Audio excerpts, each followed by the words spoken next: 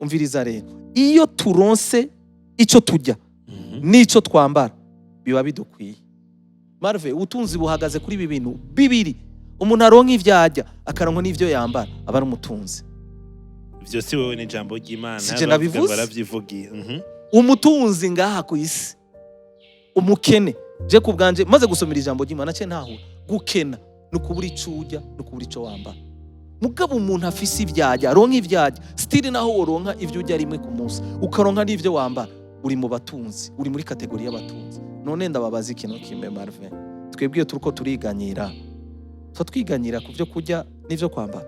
Oya, kubera ko ivyo bintu bibiri Imana ari ivyo yavuze, Yesu yavuze no muri Matayo, ntimukiganyire ku vyo kurya no ku vyo muzokwambara ku bana b'Imana. Umvise Marvin? Okay.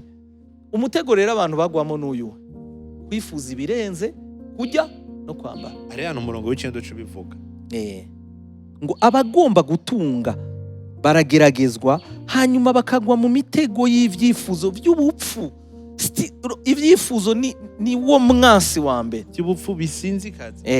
Vy'ubupfu bitwara abantu mu guhomba no mu guhona. Iyi ni indi version mugayo yo yiwawe ivuga gute?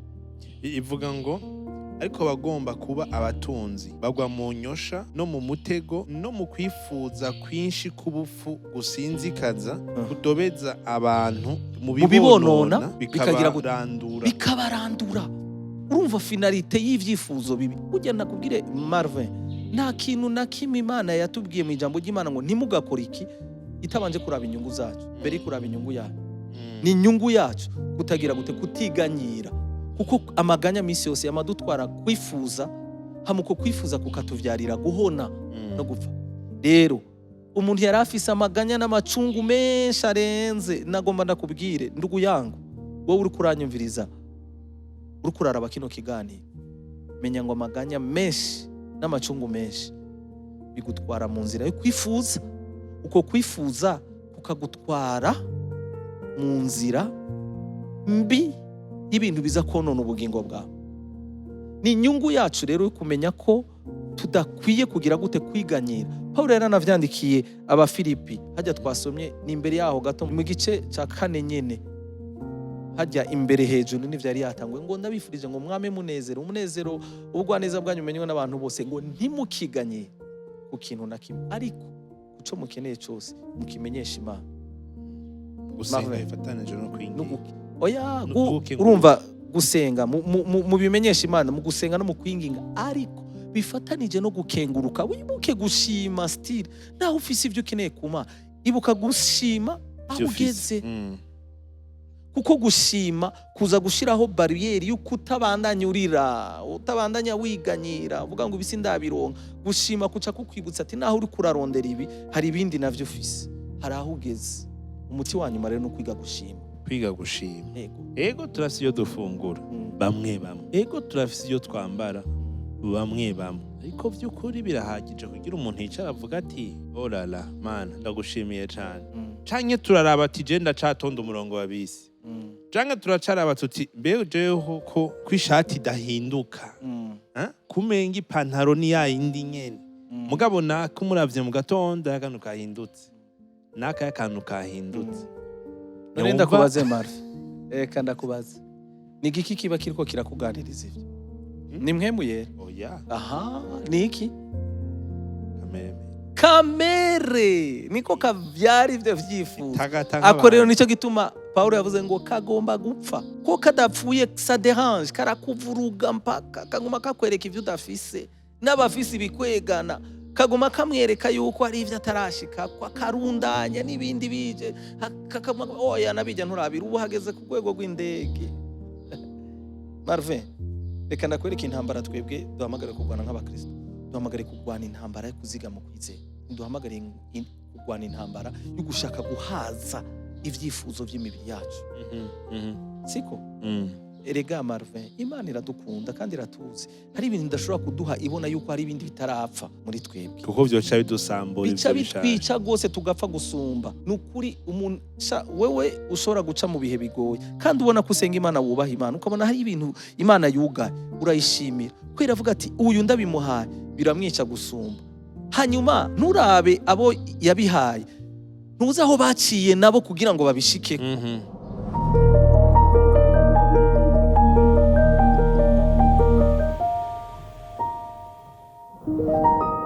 Shalom bakunzi ba kino kiganiro, turabahaye ikaze mwebwe mwese mudukurikirana aho muherereye hose. Tubashimire ko mubandanya mwiyongera muri benshi kugira ngo dushobore kubandanya twiga, kugira dushobore kubandanya dukosorana, duhanurana, duterana intege, kuko vyose birakenewe nk'uko ijambo ry'Imana rivuga ngo ko ya minsi mibi urushiriza kwegera ariko murushiriza gukoranira hamwe.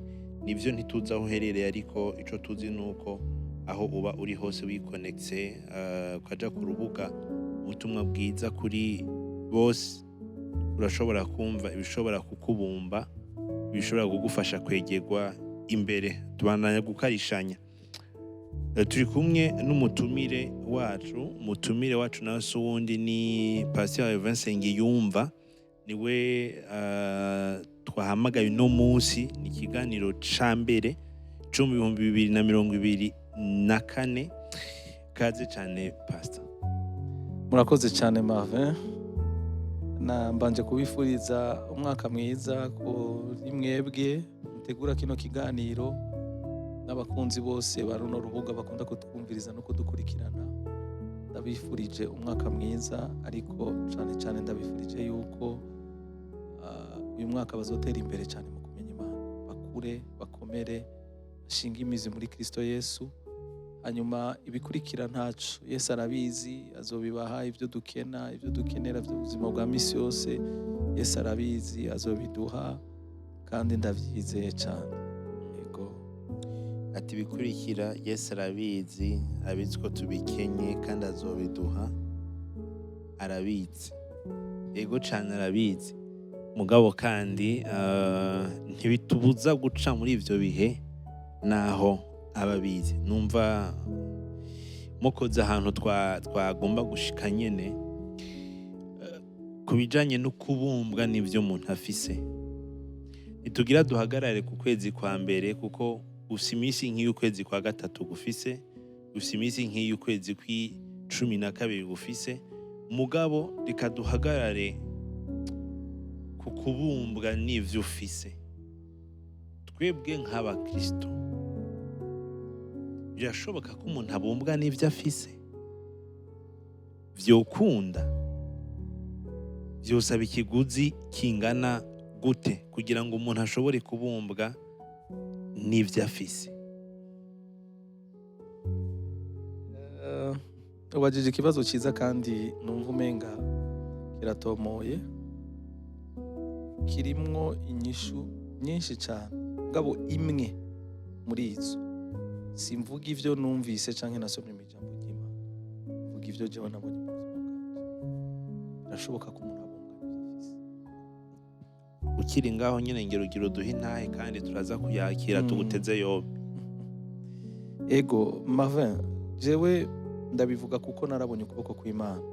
Hari igihe bishika ibihe byose umuntu acamwo, les circonstances, mu Kirundi bavyita ibihe byose umuntu acamwo, n'icigwa, n'ishure umuntu acamo, kandi ishure riba rifise intumbero yuko umaze kurivamwo uzokurayo izindi nkomezi canke ubundi bubasha ukubashisha gukomera, no kugira ngo ibihe nk'ivyo nivyasubira kukuzako uzumenye ngene witwara.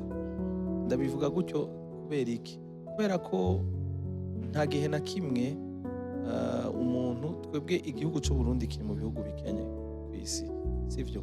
Nico gituma ubona abantu benshi bama bifuza kugenda hanze kugira ngo barabe ko ubuzima bushobora kwisununura. Mugabo je narabo ubuzima tubayemo uno munsi ngaho, ubwo hanze ntabwo nzi kuko sindajayo, je mvuga ubwo nzi. Mugabo ariyo hari abo tuvugana, hari nabo tuzinanye, sivyo? Hari ibibazo vyakemutse kubo hanze, kumbure twebwe bikiri ikibazo. Ivyo sivyo ngomba kugaruka ko, muga je nshaka kugaruka ku buzima bw'iwanje. Premièrement, jewe narabonye Imana mu buzima bwanje igihe ntegura urubanza rwo kugira ubugeni. aho rero aho hakorera ko abantu benshi kubera ko ubuzima turimo ari ubuzima bugoye, ari ubuzima apana bugoye base, ari ubuzima buba butoroshe. Iyo umuntu yiyumviriye kugira mariage aca atangura kwiyumvira mfise iki, mbega ndahera he mperukire hehe, sivyo? Mbega biremewe kandi baranavyigisha mu mashengero yuko umuntu mbere yo kugira mariage ategerezwa kuba afise ico yimariye kugira ngo yumvire ko yokimarira uwo bagiye kubana, siko? Jewe sinje kuvuga ibinyuranye n'ivyo, mugabo nshatse kuvuga ko nta regre n'imwe ibaho ata exception, sivyo? Imana ntitwoyirimita ngo tuyihe umurongo umwe uvuga ngo umuntu adafise ico akora ntashobora kwiyumvira kugira mariage. Ico ku Mana ntigikunda, kuko Imana ikora ibirenze ivy'abana b'abantu bashobora kwiyumvira. Jewe nateguye ubugeni, yaba jewe yaba na madamu wanje atanu mwakora, kandi twagize ubugeni bwiza. Uwo mbaza uno musi ngo byagire birakurikirana gute kugira ngo mariage yanyu ibe igende neza, nukuri noba mbeshe mbose novuga ngo nambeshe, mugabo kuvuga mu biharuro bifatika byongora. Ico ni cambe uvuga ngo narabonye ko Imana ishobora kugirira neza umuntu, kugurura imiryango igakoresha bariya, hanyuma ca cifuzo canke ca gihe cayo kigeze, Imana iramenya ingene ihagurutsa abantu hirya no hino kugira ngo baze gushitsa umugambi wayo ku buzima bwacu. Ico kiravuyemo. Mugabo tukiri ngaho pastor, havagira umuntu aja kwita mu rudubi ngo n'abandi bose ngo oya sivyo navuze, barabicamo ngo bigakunda. Sivyo navuze, jewe navuze intahe yiwanje. Ushobora gukorera ku ntahe yiwanje ugakomereka. Kubera ko kumbure hari ukundi Imana yari yifuza kubikora. Ariko ico nshaka kuvuga Marvin, igihe c'Imana kigeze, vya bindi umuntu aba akeneye gushikako arabishikako, kandi urabimenya. Nico gituma nuhanura abajene, sindabatumye kwita mu kagozi canke kuvuga ngo kama mbaya kizoba jewe ndabiteguye. Oya, mugabo nshatse kuvuga igihe c'Imana kigeze, urahamana n'umutima wawe yuko hageze yuko utera iyindi ntambwe, ariyo ya mariage canke ibindi, siko? Nkibandanya jewe umwana wa mbere yavutse atakaza ifise, kuvuga ngo kugira ngo umwana arinde kuvuka harimo ikiringo c'umwaka urenga, uba mu gisagara, uriha inzu, utegereza kuronka irasiyo ku munsi, siko? Urabitegeye? Mugabo Imana ikabatunga uyo mwaka wose, ntubura amahera y'inzu, canke wanabura n'amahera y'inzu ugasanganye n'inzu yakubereye umwana mwiza, arihangana ukwezi kumwe akihangana amezi abiri, sinzi Imana ntibura uko ibigenza. Mwagize mariage atakazi mufise, yego, ronka umwana wa mbere atanakazi karaboneka, yego. Nico gituma jewe ndakubwiye ngo ubuzima butoroshe bitari ku rugero rw'abantu bose, kuko umuntu wese ahangwa n'ibimugoye. Kumbure hari ushobora kuvuga ati jewe ndaremvye gusumba naka, mugabo umwe wese ivyo bariko aracamwo nibaza uburemere bwavyo. Ntawe umenya uburemere bw'uwundi. Ku ruhande ari umuntu ashobora kukuraba akakuraba gutya hanze akavuga ati wowe urahiriwe umeze neza, uri nkanje ni sawa, mugabo ntamenye na wewe ko inda, abarundi nibo bamaze ngo indango ibazo wayirayeko. Nuvuga ngo uburemere bw'ivyo umuntu aba ariko aracamo bumenyanye n'ivyo. Uri ku ruhande aba umurorerezi nka kurya abantu barorera agapira, umuntu akavuga ati ebana wari kugira uko wari gukora uko, siko? Rero jewe rero ndamaze kubona ingene Imana ishobora gutunga umuntu mu buzima, mu gihe Imana ifise ivyo iriko iratunganya mu buzima bwawe. Je ndiko ndabivuga ku bantu b'Imana. Mu gihe Imana ifise ivyo iriko iratunganya mu buzima bwawe, irashobora kureka ugaca ahantu, mugabo hantu naho uhaca ikakuguma hafi, nturonke ivyo umutima wawe uri kurifuza, mugabo ivyo ukeneye bishobora gutuma uyo munsi uvamo ukabironka. Ndabitegera neza. Ni ukuvuga ngo aho ni Imana. Uticaye ngo utekereze mu mutima wawe ngo ubanze ubone neza y'Imana, ivyiyumviro vy'amaganya bikanesha umutima wawe, uzokwigera uronka icigwa mu vyo uri kuracamo. Rero nico gituma mvuga nti je narabonye ikiganza c'Imana. Natanguye gukora umwana wa mbere avutse, yazanye umugisha. ngira yitwa nzanye umugisha. Nuko ariko hariho abantu bashobora kuba bavuga bati jewe meze neza mugabo nyine umwitwarariko w'ubuzima ugumaho kuko urabona ko ibi biragenda gutya bikaza gutya ibindi bikaduga ibindi bikamanuka ugasanga by'ukuri umwitwarariko ubaye mwinshi ku buryo uvuga ati jewe birakunda ko umuntu abumbwa n'ivyo afise kubera ko urashobora kuba upanze hakaba ari wundi adapanze mengo upanze udapanze wewe ni sawa mugabo ujya adapanze nawe arakeneye iki hariho ufise actros avuga ati co mpitiro ntibumve ko umenga basa actros ntibasinzira barasinzira mugabo hariho uvuga ati jewe ico mpiki ndakeneye iki kandi ugasanga umuntu akarashiruka ko atupri umutima washubushe au point ikintu cyose yobona gihonyora kugira ngo shike kuca akeneye birakunda ko umuntu abumbwa n'ibyo afise ibipantaro imwe ayambare yonyene ibikanzu imwe yambare yonyene ako kamwe nyene kamubumba birakunda canke tuca tuguma turaba ati je ndasigaye inyuma naka yaronse ibi je nabute ntibikunda ko ngo je nguma ngenda n'amaguru vrema kandi nabana akabafise impundu abantu yajyana akishaje je yonanira ugasanga umuntu aguma ari muri ivyo birakunda ko umuntu abumbwa n'ibyo afise ikibazo ndakibajije nk'inshuro y'icumi none urakimbagije kugira ngo ndagucapire ingene pratiquement bikunda bibe birabaho none erega je nico gituma nabanje gushinga intahe nabanje kukubwira no kuvuga ngo mu yandi majambo abantu bategura ubugeni babutegura bariteguye barapanze nabiriya byose biri ku murongo sivyo bafise akazi kubyo ibi bitazobura nabijya bitazobura nashatse kubereka ko bishoboka ko Imana igirira neza umuntu muri vya bindi isi yagize comme formule Imana yabanje kuvyica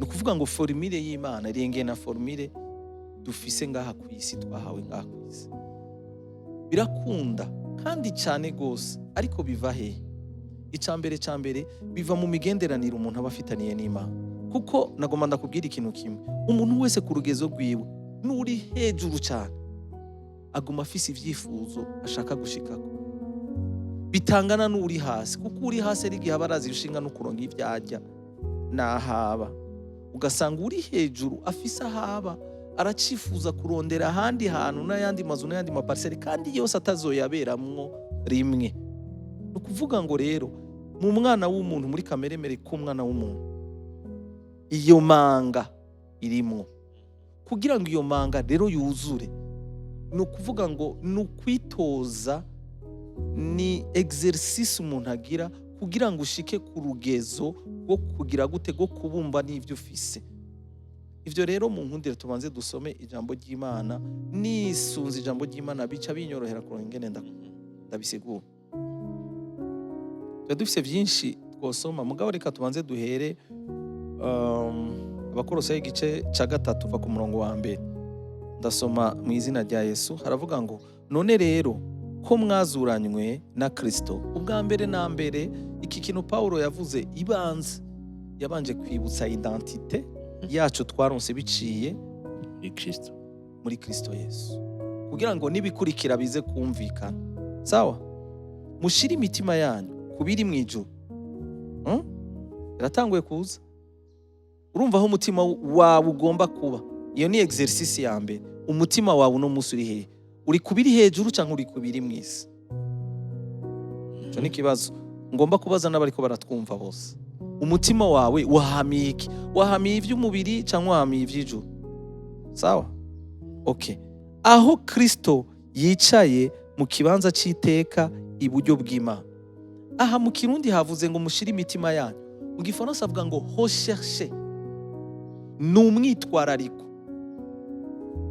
ni ukuvuga ngo iyo ugize umwitwarariko wawe hanyuma ugahindura intumbero canke ico bita priorite, ni giki kibanza, ni giki ngomba kubanza kwihutira canke ni giki nkeneye ubwa mbere na mbere gusumba ibindi. Erega Marvin, urabona n'abakristo bavuga ko bizeye ntibazi réellement ico bakeneye ubwa mbere na mbere. Naho nyene nagomba kuvuga kubera abantu tubona so mwitwarariko. Ni reka nico ndiko ndakubwira. No kuvuga ngo hari abantu badafise ikibazo cyo kurya, badafise ikibazo cyo kwambara, badafise ikibazo cyaho baba, mugabo biyahura. None biyahura kubera iki? Badafise ibibazo nk'ivyo twebwe dufise nga muri Afrika vy'ubukene, badakenye, mugabo biyahura. Canke badeprime, bagwaye mu mutwe kubera ibibazo vyinshi, mugabo bidasa n'ivyo twebwe dufise. Bisigura ikire, bisigura mu yandi majambo, abadafise ibibazo vyo kurya nabo baragowe, n'abafise ibibazo vyo kurya baragowe. None inyishu iri hehe? Ya mbere itangura kuza hehe? Inyishu ya mbere ni kumenya Imana. Niyo nyishu y'ivyo bibazo vyose, y'abafise n'abadafise. Nico gituma Yesu yavuze ngo mubanze mwitwararike ivy'ubwami bw'Imana no kugorora. Ni kuvuga ngo priorite ya mbere ku mwana w'umuntu no kwitwararika ivy'ubwami bw'Imana no kugororoka, ngo niho n'ivyo bindi muzovyonge. Urazi ivyo bindi bavuze ngo nimukiganyire kuvyo kurya, kuvyo muzojya n'ivyo muzokwambara. Acatanga uburorero bubiri kuvyerekeye kurya, uburorero bw'inyoni. Sivyo? Inyoni ngo ntizibiba ntizigira ibigega, muga zirabaye. Ngo ako karemwa gatonya mu vy'Imana yaremwe, ngo nimba gashobora kuronka ivyo kurya, ni gute wewe Imana yaremye itokugaburira? Siko? Acatanga akaro kagira kabiri kuvyo kwambara, ngo nimuraba amashugwe yo ku musozi. Ngo umviriza, Salomo niwe mutunzi bavuga muri Bibiliya yaratunze gusumba abandi bose. Ngo mu butunzi bwiwe ngo ntanganya n'ishugwe na rimwe mu kubega. Ngo mugabo ivyo n'ivyatsi vyo ku musozi biba bikeye n'umusejo bigakabirana bikumva. Siko? Bisigura iki rero? Bisigura ngo ahantu bipfira ni ya ntambwe ya mbere. Siko? Ni watera intambwe yo kwitwararika ivy'Imana, ni gute Imana itomenya ivyo dukeneye? Irabizi mbere yuko tunayibisa. Sawa? Reka tubandanye wumve rero ikibazo gifise ngo imitima yanyu muyishire kubiri mw'ijuru, ntimuyishire kubiri mw'isi. Kubera iki? Kuko mwapfuye, ubugingo bwanyu bukaba buhishijwe hamwe na Kristo mu Mana. Dusime ku murongo wa 5. Nuko rero exercice ya kabiri, ya mbere no gushira imitima yacu kubiri mw'ijuru. Ni wasavye inyishu? Niyo ndiko ndaguha kugira ngo umuntu ashobore kugera ku rugezo rwo kubumbwa n'ivyo afise. Nuko rero mwica ibintu vyose vya kamere k'isi, bipfe. Mu gihe vyose bikiri bizima, nta mahoro uzokwigera uronka. Uzokwamana amaganya, uzokwamana inyota idahera. Ni ya yindi n'abafise vyinshi baguma bafise, bemera no kwica canke bagaca no mu zindi nzira kugira ngo baronke ibirenze, kubera ivyo bafise ntibishobora guhaza ya kameremere k'umubiri. Urabitegera Marvin? Ufise arafise iyo kamere, ufise ibintu arafise iyo kamere, udafise bose bafise kamere, kubera ni kamere twandujwe n'umuntu wa mbere ari we Adamu, twese twakomotseko. Siko? Okay. Aravuga rero icambere, avuga ngo ubusambanyi, ibihumanya, ivyifuzo vy'umubiri. Sawa? Ivyifuzo bibi no gukunda amahera, ivyo vyose bigomba gupfa. Ko kanyuma ko. Umviriza rero aka kanyuma ingene Paulo yaciye akavuga, yaciye avuga ngo ariko gusenga ibigirwamana. Gukunda amahera ni nko gusenga ibigirwamana, ni gusenga izindi mana. Rero raba ingene abantu bigisha uno munsi. Je nageze kumva umuntu mu minsi iheze, nivyo baramukase batoramwe akantu kamwe muri vyinshi yavuze, baravuga ngo nimukoreshe nayo mataye yanyu, abwira abana b'abakobwa nimukoreshe nayo mataye yanyu kugira ngo muce amafaranga. Ntiyaruko aravuga ngo baje kudandaza imibiri yabo. Yavuze ngo nimba udandaza ibintu bisanzwe, udandaza inyanya, nimugira ambara imuzu zishobora gukwega wa muntu kugira ngo agushorere. C'est faux. Nimba tworinda gusedwiza abantu kugira ngo batugurire turonka amahera, nimba twemerewe guca mu nzira zose zishoboka kugira ngo turonke amahera. None wumva Imana yacu ari iyi ikiba amahera izoba yamana, kubera Imana dusenga twebwe irafise ivyo itugera mu mutima wacu, kandi irafise ivyo yatugeneye ngaha ku isi uburyo dukwiye kubaho.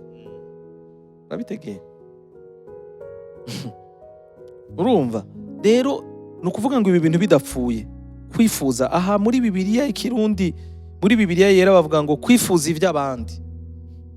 Aha naho bavuze ngo ni kwifuza ivyifuzo bibi vyose, ngo no gukunda amahera. Mu gifaransa bavuze ngo le soif de posséder, inyota yo kuronka ibintu. Bisigura ngo iyo nyota niyo yishe abafise n'abadafise. Wabitegere? Ni ukuvuga ngo à tout prix, mu buryo bwose, mu nzira zose ntegerezwa kuronka. Rero twe ku bana b'Imana, Imana ntidukundira ko duca mu nzira zose kugira ngo turonke. Hari izifunga kubera ibona yuko tuziciyemo zizokwica imitima yacu, tuzopfa, izo bidutakaje.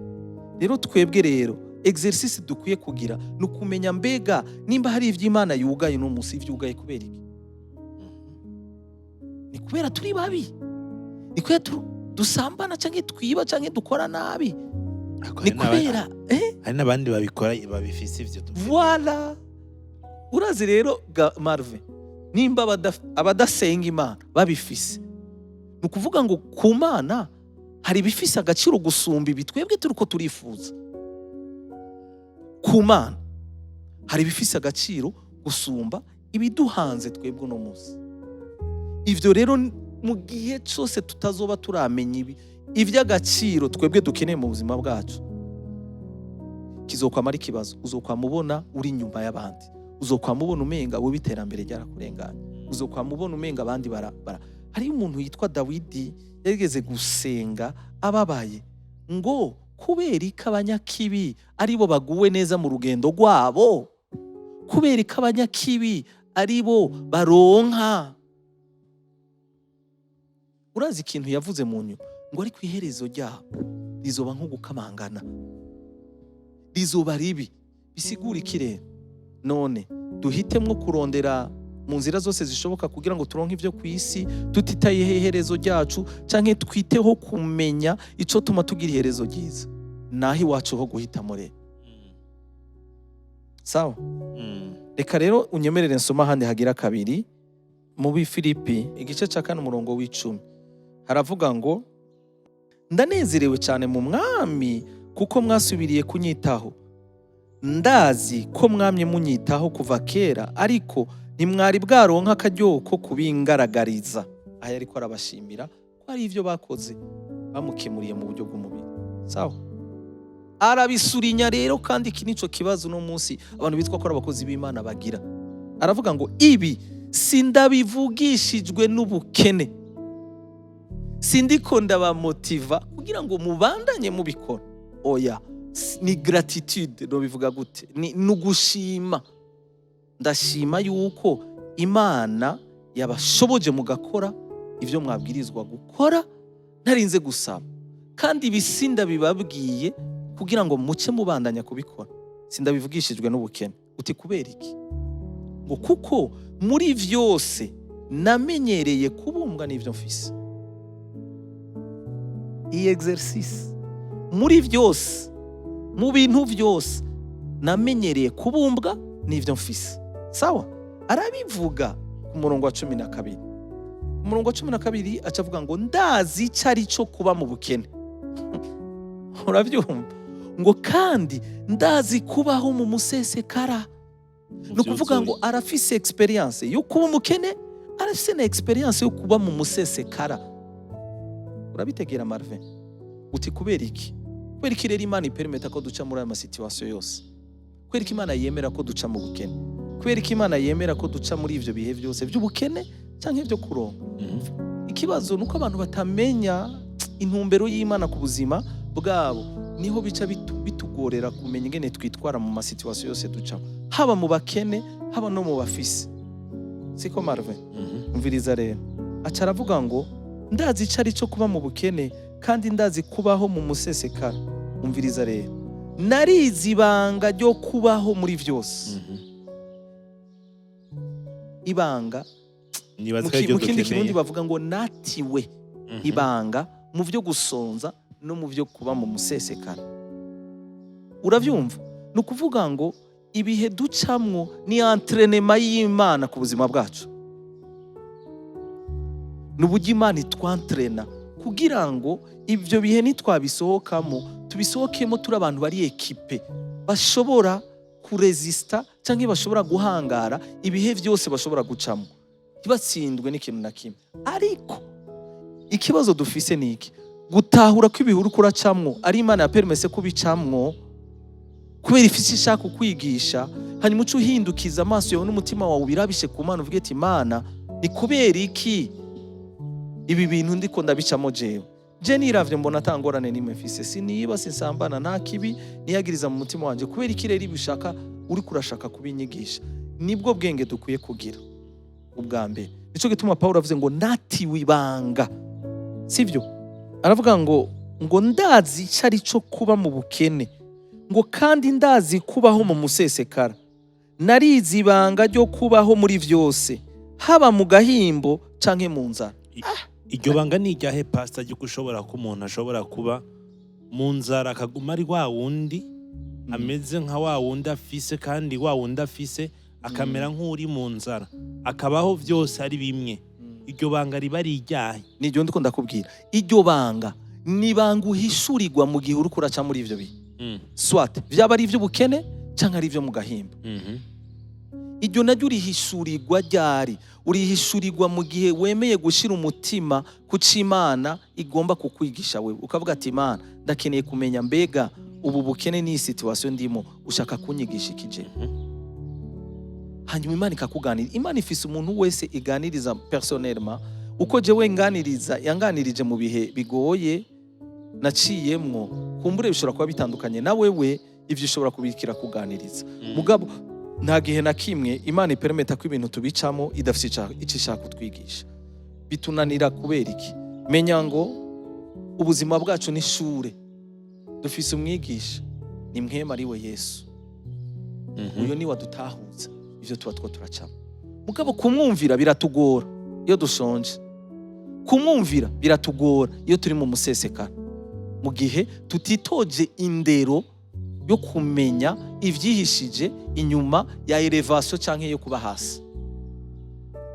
Niryo banga. Ibanga rya mbere no gutahura, no kubanza ugatahura ukavuga ati Imana, ibi bintu si jewe navyihaye, ibi bintu sinduko ndabicamo kubera amakosa yiwanje, ariko ni wewe, byose byugariye kuri wewe, ni igikushakako.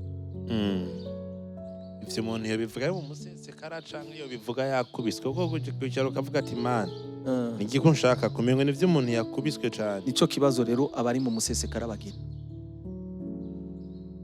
nico kibazo gikomeye bagira cyane, kutamenya ibi bintu umpaye Mana, ibi vyo mu musesekara, ibindimwo. Urabona ko Paulo nubwo yabaye mu bihe by'ubukene, ibihe vy'umusesekara ntivyigeze bimwibagiza ibihe by'ubukene. Mugabo kenshi abantu baronka ibihe vyiza byo guhembuka, bagahembuka bakishugwa, kenshi baribagira ivyo baciyemo. Niho havuye na wa mugani w'ikirundi ngo ukiza kirisuka. Nico kibazo kiri wabo. Ni urumva naho ikibazo kirimo, kandi ivyo biri muri ya kamere y'umuntu. Uvuga ngo exercice ya mbere no kubanza kwemera kwica ibi vyifuzo, ibi bidutera kwifuza. Kuko reka ndakubwira ikintu kimwe, ubaye mu musesekara Marvin, nagomba ndakubwira ikintu kimwe, wewe amabezo yiwawe canke ivyo ukenera ntashobora kungana n'amabezo y'umuntu. Nimba no musi uhembwa amafaranga 500 n'akarorero ku kwezi, wowe ugira amabezo angana n'amafaranga ufise. Mugabe ejo ni wahembwa miliyoni 2, amabezo azokwiyongera. Chaduka Umviriza, cya kintu utahora wiyumvira uzocitangura kucyumvira kubera uburyo bwabonetse. Niko bimeze. Uko niko kamere y'umuntu rero. Iyo kamere rero iguma iduza ukwifuza, uko umuntu aduga nigomba kubanza gupfa. Kuko idapfuye uko biduga, bwa buryohe ugira uri kuraronka, iyo bitagenze neza biciye muri ya nzira nziza, uca urondera izindi nzira za pembeni kugira ngo ugume uhaza kwa kwifuza. Niwo mutego abantu baguyemo. Bike bafise ntibazi gubishimira Imana ngo bashime ko babifise. Urumva? Aca arangiza avuga ngo haba mu musesekara canke mu bukene. Ku murongo 13 rero, nshobozwa vyose na Kristo aminkomezi. Kristo nimba ari we yemeye kuca mu bihuru kuraca muno munsi, ni waguha inkomezi zo kuvyihanganira. Kristo nimba ari we yakudugije ukagera mu rugezo ugezemo, ni wazoguha n'inkomezi zo kujera ivyo ufise. Mugabo still utamufise uzokwitwara nk'uko abandi bose bitwara mu bintu mu babifise. Utamufise mu bukene bwawe uzokwitwara nk'uko abandi bakene bose baca mu nzira zitandukanye kugira ngo bakiri ubukene. Rero umutoza wacu n'umwe ni Kristo. Inyishu ya vyose, ibanga ni rimwe. Marve, no kwitwararika kumenya Kristo, no kwitwararika kugiranira imigenderanire na Kristo. Uyo ni wacagenda araguhishurira akakuganiriza, akagwa n'inkomezi zo kwihangana uri mu bihe bigoye, uri no mu bihe vyiza, kuko hari igihe ibihe vyiza kenshi bitwibahigiza ibihe bigoye twaciyemo. hari ahantu ngomba ko muntahuza gatonyi, ni muri 1 Timote 6 verset 6 avuga ngo ariko kubaha Imana gufatanije no kubumbwa n'ivyo ufise kuvamwo inyungu nyinshi koko. Urumva ari ibintu bibiri, kubaha Imana kubereka arico bahereko. Sinzi urutonde iyo rutahereye aho ntushobora kubumbwa n'ivyo ufise utabanje kubaha Imana. Niko rutonde Imana yashize. Kubaha Imana bituvyarira kubumbwa n'ivyo dufise. Muga ntibikunda ko ubumbwa n'ivyo ufise utubaha Imana ntibikunda, kubera kubaha Imana kudushiriraho imipaka ivuga ngo naho ukenye ntugomba kwitwara nk'umuntu uwo ari we wese mu bukene bwawe. Naho ufise amafaranga ntugomba kwitwara nk'abanyamafaranga bose, kubera ko urafise ukugera mu mutima uko ukwiye kwitwara.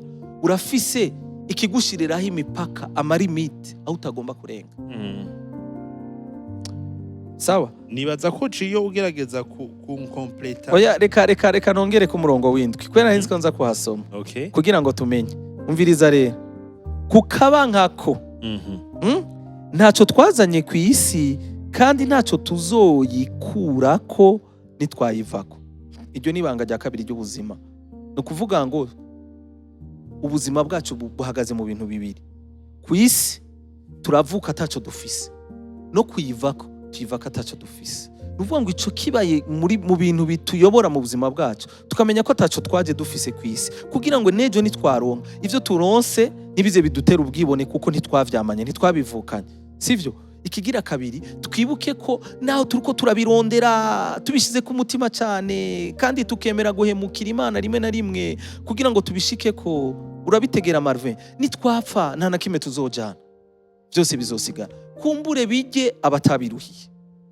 Iryo ni banga rigira kabiri rigomba kugira gute kutuyobora mu byo dukora byose canke mu buzima tuba two turacamo bwose. Umurongo w'8 siko, umviriza rero, iyo turonse ico turya nico twambara biba bidukwiye.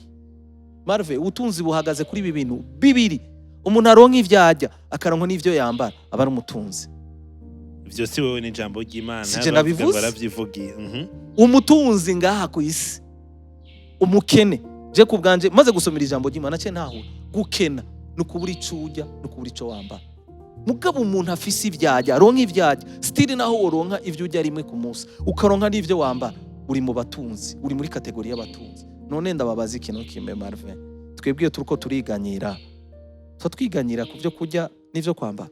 Oya, kubera ko ivyo bintu bibiri Imana ari ivyo yavuze, Yesu yavuze no muri Matayo. Ntimukiganyire ku byo kurya no ku byo muzokwambara ku bana b'Imana. Umvise Marvin? Okay. Umutego rero abantu bagwamwo n'uyu, kwifuza ibirenze, kurya no kwambara. Ari hano umurongo w'icendo cy'ubivuga. Ngo abagomba gutunga barageragezwa hanyuma bakagwa mu mitego y'ivyifuzo by'ubupfu. Ivyifuzo ni wo mwansi wa mbere. By'ubupfu bisinzikaza. By'ubupfu bitwara abantu mu guhomba no mu guhona. Iyi ni indi version muga yo yiwawe ivuga gute? Ivuga ngo ariko bagomba kuba abatunzi bagwa mu nyosha no mu mutego no mu kwipfuza kwinshi k'ubupfu gusinzikaza kudobeza abantu mu bibonona bikabarandura. Urumva finalite y'ivyifuzo bibi. Burya nakubwire Marvin, nta kintu na kimwe Imana yatubwiye mu ijambo ry'Imana ngo ntimugakore iki itabanje kuraba inyungu zacu. Mbere yo kuraba inyungu yacu, ni inyungu yacu kutagira gute, kutiganyira. Kuko amaganya misi yose yamadutwara kwifuza, hamuko kwifuza kukatuvyarira guhona no gupfa. Rero umuntu yari afise amaganya n'amacungu menshi arenze. Nagomba ndakubwire ndugu yangu, wowe uri kuranyumviriza, uri kuraraba kino kiganiro, menya ngo amaganya menshi n'amacungu menshi bigutwara mu nzira yo kwifuza. Uko kwifuza kukagutwara mu nzira mbi y'ibintu biza konona ubugingo bwawe. Ni inyungu yacu rero yo kumenya ko tudakwiye kugira gute kwiganyira. Paulo yaranavyandikiye Abafilipi, hajya twasomye ni imbere yaho gato mu gice ca 4 nyene, hajya imbere hejuru n'ivyo yari yatangwe ngo ndabifurije ngo mwame umunezero ubugwaneza bwanyu menywe n'abantu bose, ngo ntimukiganye ku kintu na kimwe, ariko kuco mukeneye cyose mukimenyesha Imana. Gusenga ifatanije no kwinginga. Oya, urumva gusenga mu bimenyesha Imana, mu gusenga no mu kwinginga, ariko bifatanije no gukenguruka. Wibuke gushima style. Naho ufise ivyo ukeneye kuma, ibuka gushima aho ugeze. Kuko gushima kuza gushiraho barriere yo kutabandanya urira, utabandanya wiganyira, uvuga ngo ibisi ndabironka. Gushima kuca kukwibutsa ati naho uri kurarondera ibi, hari ibindi navyo ufise, hari aho ugeze. Umuti wa nyuma rero no kwiga gushima. Kwiga gushima. Ego turafise iyo dufungura. Bamwe. Ego turafise iyo twambara. Bamwe. Ariko vy'ukuri birahagije kugira umuntu yicara avuga ati orala mana ndagushimiye cyane. Canke turaraba ati je ndacatonda umurongo wa bisi. Canke turacaraba tuti mbe jewe ko ishati dahinduka. Kumenga ipantaro ni ya yindi nyene. Mugabo naka umuravye mu gatondo yakanu kahindutse. Naka yakanu kahindutse. None ndakubaze Marve. Eka ndakubaze.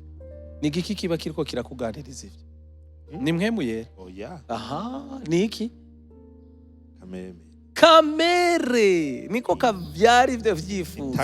Ako rero nico gituma Paulo yavuze ngo kagomba gupfa. Ko kadapfuye ça dérange, karakuvuruga mpaka kaguma kakwereka ivyo udafise. N'abafise bikwegana, kaguma kamwereka yuko ari ivyo atarashika, kwa karundanya n'ibindi bije, oya nabijya nturabira ubu hageze ku rwego rw'indege. Marvin, reka ndakwereka intambara twebwe duhamagare kurwana nk'abakristo. Duhamagare kurwana intambara yo kuzigama kwizera. Duhamagare kurwana intambara yo gushaka guhaza ivyifuzo vy'imibiri yacu. Siko? Erega Marvin, Imana iradukunda kandi iratuzi. Hari ibintu ndashobora kuduha ibona yuko hari ibindi bitarapfa muri twebwe. Kuko vyoca bidusambura ivyo bishaka. Bitwica gose tugapfa gusumba. Nukuri umuntu wewe ushobora guca mu bihe bigoye kandi ubona kusenga Imana wubaha Imana, ukabona hari ibintu Imana yugaye urayishimira. Kwera avuga ati uyu ndabimuhaye biramwica gusumba. Hanyuma nturabe abo yabihaye. Ntuzi aho baciye nabo kugira ngo babishike. Nabirafise inzira yabacishije. None sinabacishirije ko gatoya. Nukuri. So kwishima. Ivyo kurya n'ivyo nambara ndabifise. Je ndatunze. Ndi umutunzi, ndavyatuye ndabivuze. Sindavyatuye kubera afise ibirenze. Muga ndabivuze. Nisunze ijambo ry'Imana ryavuze. Jewe ubu rero urwego ngezeko. Ngeze ku rwego gukurazwa ishinga n'abadafise. Ubu nibo bambuza amahoro. Jewe sinkibujijwe amahoro nuko ntabifise.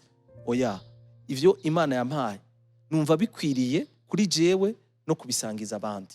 Gusa sindashika ku rwego rwo kubisangiza benshi bashoboka.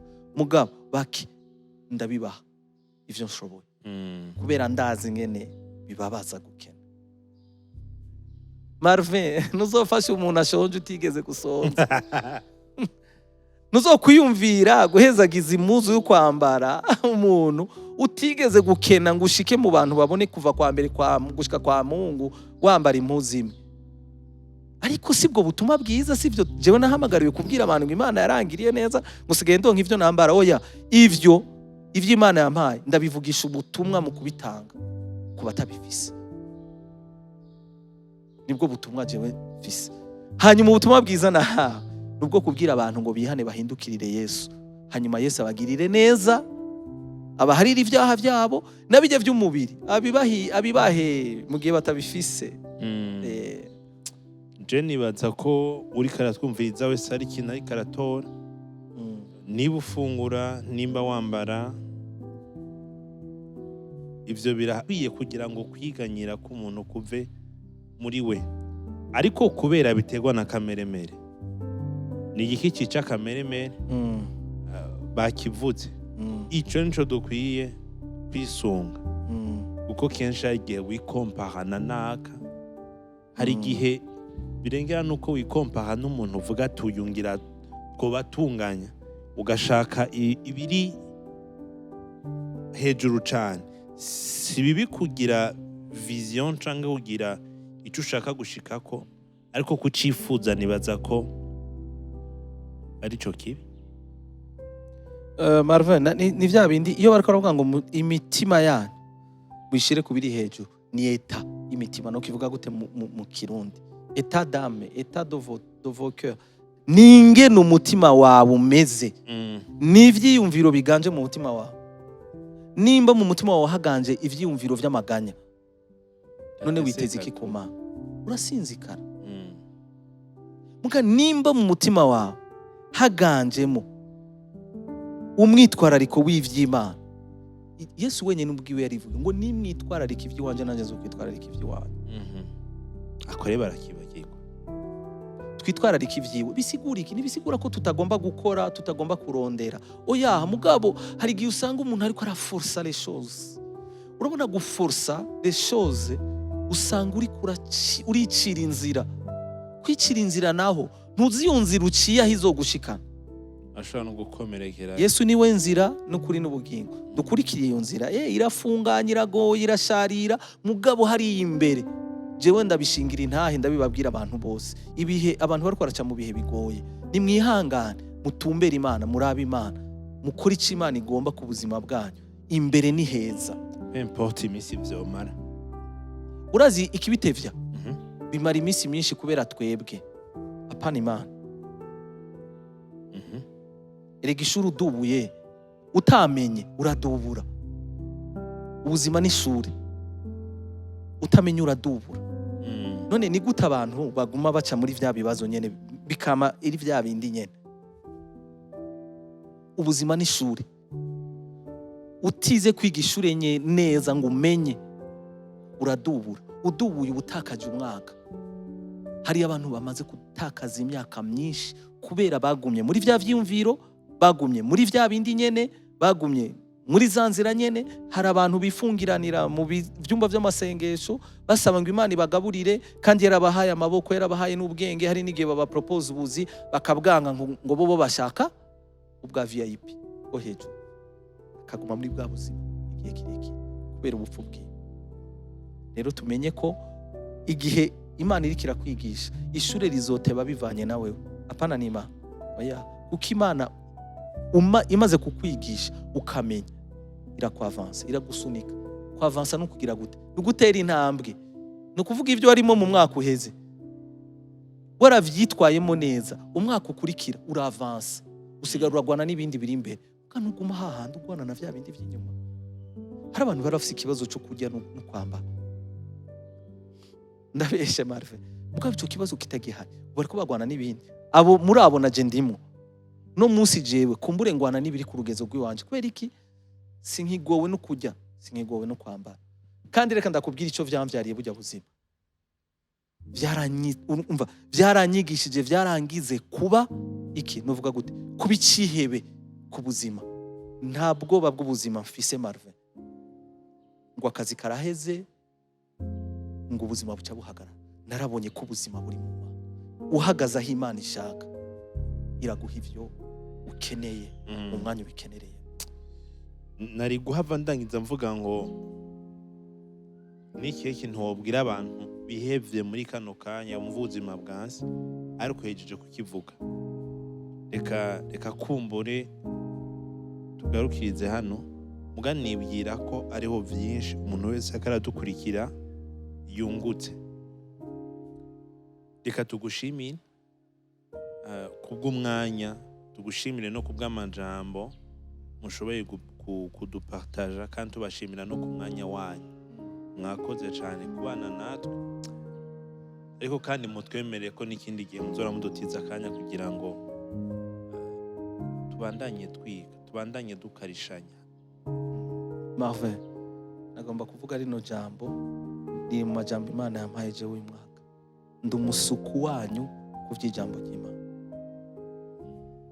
Ndi umuja wa Kristo ku vy'ijambo ry'Imana. Aho azontuma hose, ico bizonsaba cose ko nkora, nubwo vyonsaba guheba ivyo mfise vyose kubw'ubutumwa bwiza, nditeguye kubiheba. Uvuga ngo nejo nahirya yejo nahirya yahirya yejo, nimba hari ico Imana izoba yashize ku mutima igomba yuko incamwo kugira ngo tukiganire, ndahari.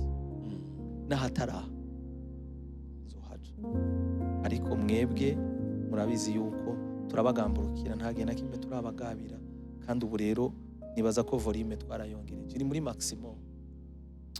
Natwe turabashimira cyane, mwakoze kwitaba ubutumire bwacu. Murakoze cyane, namwe Imana ibahezagire.